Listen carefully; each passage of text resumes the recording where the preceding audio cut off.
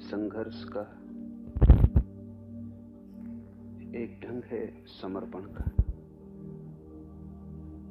संघर्ष का अर्थ है मेरी मर्जी समग्र की मर्जी से अलग। समर्पण का अर्थ है मैं समग्र का एक अंग हूं, मेरी मर्जी के अलग होने का कोई सवाल नहीं। मैं अगर अलग हूं, संघर्ष स्वाभाविक है। मैं अगर इस विराट के साथ एक हूं, समर्पण स्वाभाविक है। संघर्ष लाएगा तनाव, अशांति, चिंता। समर्पण शून्यता, शांति, आनंद और अंततः परम ज्ञान। संघर्ष से बढ़ेगा अहंकार, समर्पण से मिटेगा। संसारी वही है जो संघर्ष कर रहा है, धार्मिक वही है जिसने संघर्ष छोड़ा और समर्पण किया।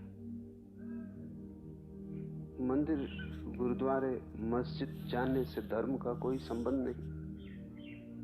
अगर तुम्हारी वृत्ति संघर्ष की है, अगर तुम लड़ रहे हो परमात्मा से, अगर तुम अपनी इच्छा पूरी कराना चाहते हो, चाहे प्रार्थना से ही सही, पूजा से ही सही, अगर तुम्हारी अपनी कोई इच्छा है तो तुम अधार्मिक हो। जब तुम्हारी अपनी कोई चाह नहीं, जब उसकी चाह ही तुम्हारी चाह है, जहां वो ले जाए वही तुम्हारी मंजिल है, तुम्हारी अलग कोई मंजिल नहीं। जैसा वो चलाए वही तुम्हारी गति है, तुम्हारी अपनी कोई आकांक्षा नहीं। तुम निर्णय लेते ही नहीं, तुम तैरते भी नहीं, तुम तिरते हो। आकाश में कभी देखे चील बहुत ऊंचाई पर उठ जाती, फिर पंख भी नहीं हिलाती, फिर पंखों को फैला देती और हवा में तिरती।